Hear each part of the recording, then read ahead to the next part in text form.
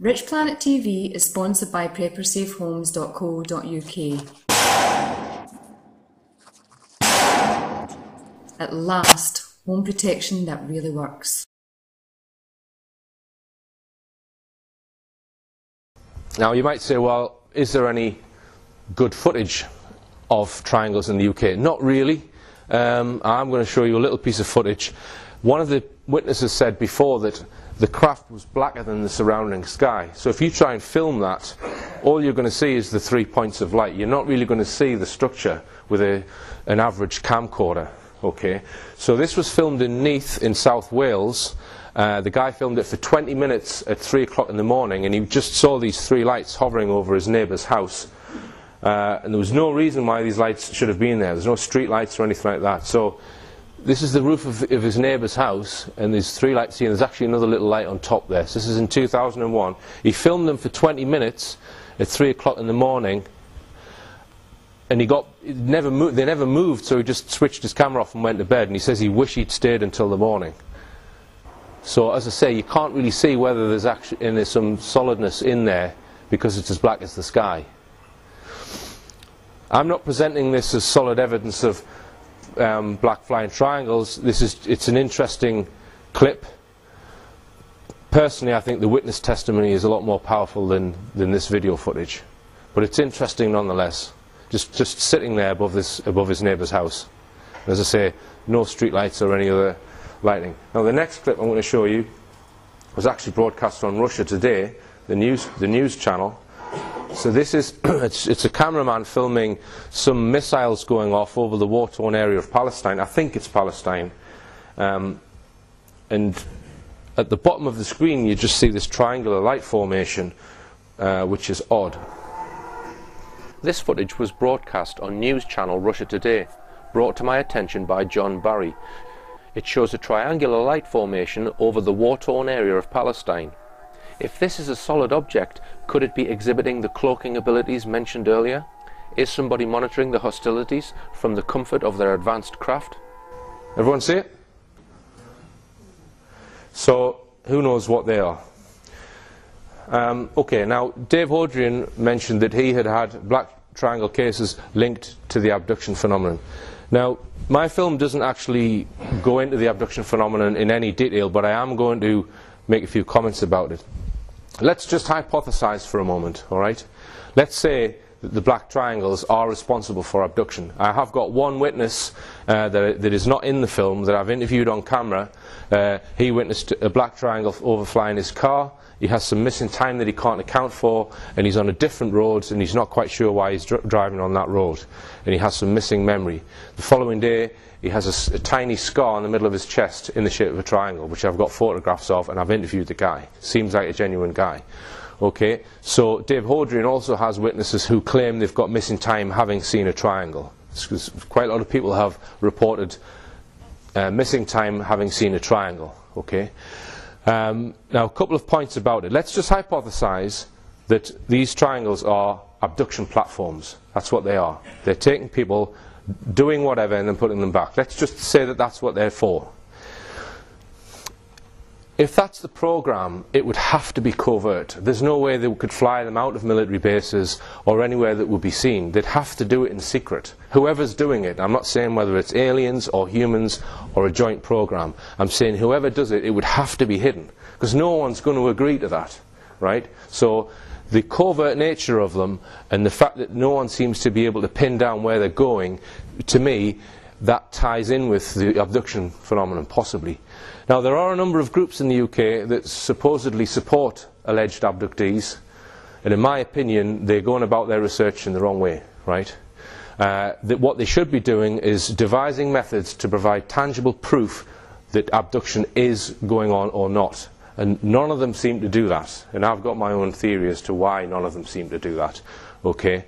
What they do is they'll film testimonies, some of them quite harrowing, and put them on the internet. To me, that's not helping an abductee. But it is something that I do want to get involved with and to actually get to the bottom of this, because I think it can be got to the bottom of. All right? And the first thing we need to find out is where the hell these triangles are going to. Okay.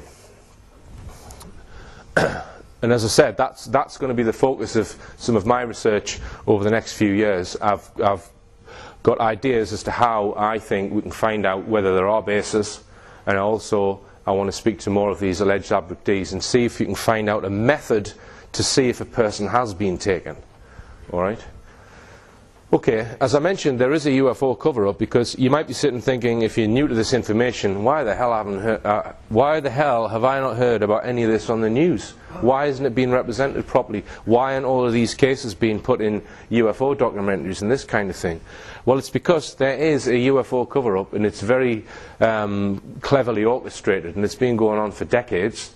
I'll give you an example. In, I think it was 2008, Channel 5 made a series of UFO documentaries called Britain's Closest Encounters.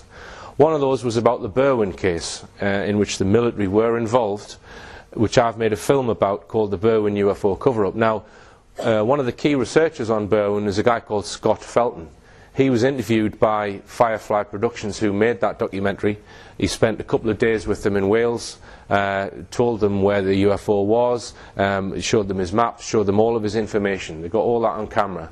And then the day before that documentary aired, he was contacted by the producer, who said, the good news is the documentary's on tomorrow, the bad news is you're not in it. Right?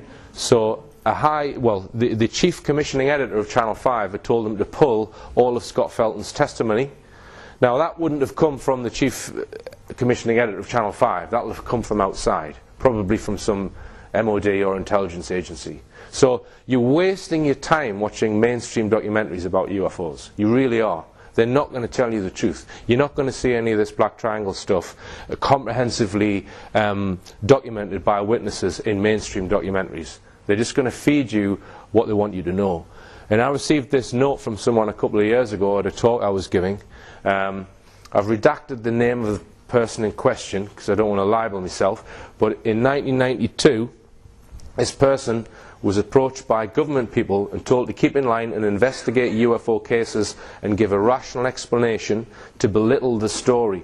And in 1991 was paid £25,000 a year from a government agency to persuade them to change their stance on UFOs and write negatively about them instead of positively, which is what they had been doing. So if you know of a UFO author that suddenly changed their stance in 1991, you can guess who was getting this money. Okay, but I'm not going to name them. Now, why are these propulsion systems always silent? Well, I think it's because they're using what's called field propulsion. And I'm going to try and explain that in basic terms. Now, because I'm trying to explain it, it doesn't mean that there aren't even more advanced methods of propulsion. All I'm going to explain here is that they have been developing field propulsion systems in secret, all right, which are silent. But that doesn't mean that all of these craft are man-made. I suspect it's a joint program. That's with the triangles. I suspect that they're being facilitated in some way. That's my own view on it. But just let's look at field propulsion in, as I say, in basic terms.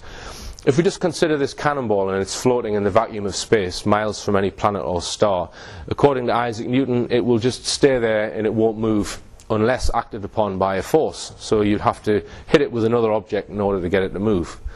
Now, how space rockets manage to move is they carry a payload of fuel, and they will eject that mass out in one direction. So if they eject it out downward, the rocket moves upwards.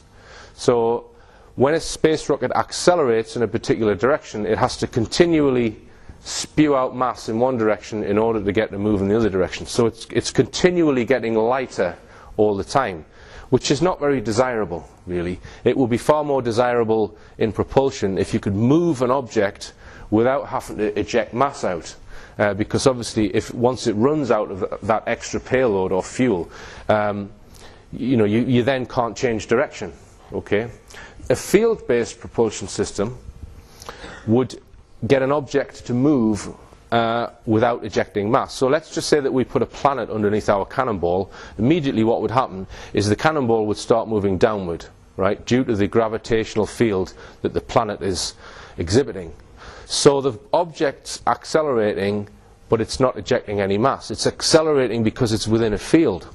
Now, if you allowed the cannonball to accelerate all the way down to the surface of the planet, and suddenly you just moved the planet, the cannonball would then start accelerating upwards, and it would change direction. And if you kept moving the planet to different places, you could control that ball, and you could get it to move anywhere. Now, another great advantage of such a system, if it could be developed, would be that if you were inside that ball falling to the planet, you're weightless. And when you move the planet and you accelerate in the other direction, you're still weightless, because you're falling through a gravity field the whole time. So that ball would be able to go through what appears to be 30 g changes in direction, but the people inside are weightless, right? Because they're falling through a field the whole time. So that would be a second highly desirable factor in a field-based propulsion system. So the fact that you could move the craft through incredible changes, and also the fact that you don't have to carry this mass and keep ejecting it out. All right? So it's obviously not possible to manifest a planet for your field propulsion system, but it may be possible to manifest fields. All right? And one person who discovered this in 1928 is a guy called Thomas Townsend Brown, who got a patent for a device called a gravitator.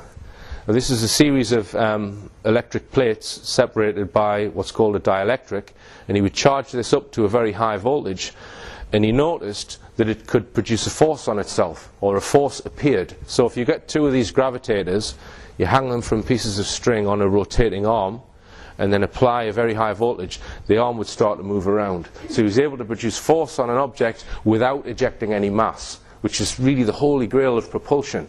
All right, now, commentators such as Dr. Paul Laviolette, who used to work in the patent office, in his book Secrets of Anti-Gravity, he explains that it's possibly the Byfield-Brown effect, sometimes called an electrogravitic effect, that has been ring-fenced and used to develop some of these silent anti-gravity craft.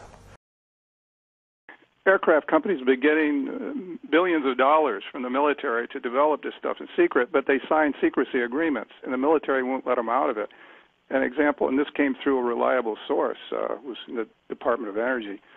He heard that Boeing wanted to declassify some of the important electrogravitics work it was doing for commercial use, and it was denied. This has been going on for decades. They've been working on this in private, sort of like Manhattan Project classification. So you're going to have all sorts of craft having been developed. I firmly believe these aren't used just around the Earth. I mean, there's actually regular flights throughout the solar system. Obviously, their next goal would be interstellar travel. I believe that projects like that are already in progress. And if you listen to people such as Ben Rich, well, he's dead now, but he was in charge of Lockheed Skunk Works, he's made comments similar to that they've been working on interstellar travel in secret. Now, another thing that Paul Laviolette speaks about is the work of Eugene Podkletnov, who also used high voltage. Discharges these 2 million volt pulses, the tests that he was making, through a superconducting disk, and the discharge, even though it ends up smashing against the other electrode, it keeps going, in effect, as a gravity wave out the end. It's sort of like a gravity cannon. It produces a beam of gravity shock waves that is confined. It's pretty much non-divergent. For example, they were able to knock books over at 2 kilometers and even detected its effect at 200 kilometers. So basically, with something like this, you could put a beam between here and the nearest star system and use it to propel a craft. Or you could put it on the craft and be propelling the craft with this, creating its own beam on board. So just to expand on that, what you're saying is, say the beam is this laser pointer, it means that if it was a gravity beam generator as he's describing, if I push that on the wall, I'd actually be able to lean and keep myself from falling, or knock one of you off your chairs with a gravity beam. Okay, so you can produce a force using a beam. Now, if you've got that, you could, in theory, you could use that as a leg or a prop. So anyone remember the tripods in chemistry? So if you put 3 of these gravity beam generators and pointed them downward on a triangle, because a triangle would be an obvious shape to use for stability, all right? 3 gravity beam generators that would form sort of invisible legs, if you like. So I'm just hypothesizing here is that this is what might be going on with these triangular craft. The lights in the corners maybe are not lights, maybe the light is just a byproduct of some gravity beam generator that's going down to the ground. Now I don't know if that's the case, I'm just hypothesizing, as I said. If it was the case, it would mean that it would be inadvisable to stand underneath the corner, underneath the light, because you'd probably get crushed. And people have said to me, well, if that's the case, then they would be leaving marks in the ground. Well, yeah, possibly, it's a good point. So it's just an interesting thought. So just to come back to the finishing slide, like I said, because with this film that I've made, I'm trying to carry as many people as possible, because you make a film about UFOs and you launch straight into it saying, yeah, it's all aliens. A lot of people switch it off, right? So I'm saying, I suspect these triangles are in that group, right? But I'm happy for people to believe they're in that group or that group. I don't mind. But the point being, they're definitely in our skies, right? There's definitely a cover-up on it.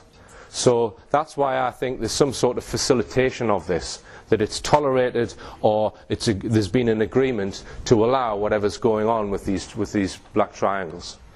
Okay, so thanks for listening. That's the end of the talk. I will take questions. If you want to have another break now for 10 minutes, I'll come back and answer questions, or people can give their own comments. But thanks very much for listening.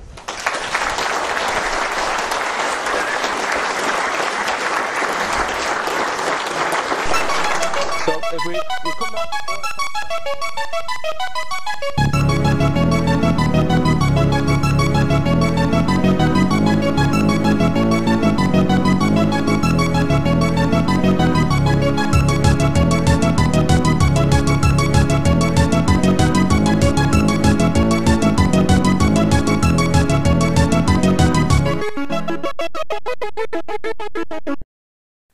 Richplanet TV is sponsored by preppersafehomes.co.uk. InstaShield, protecting your most valuable assets.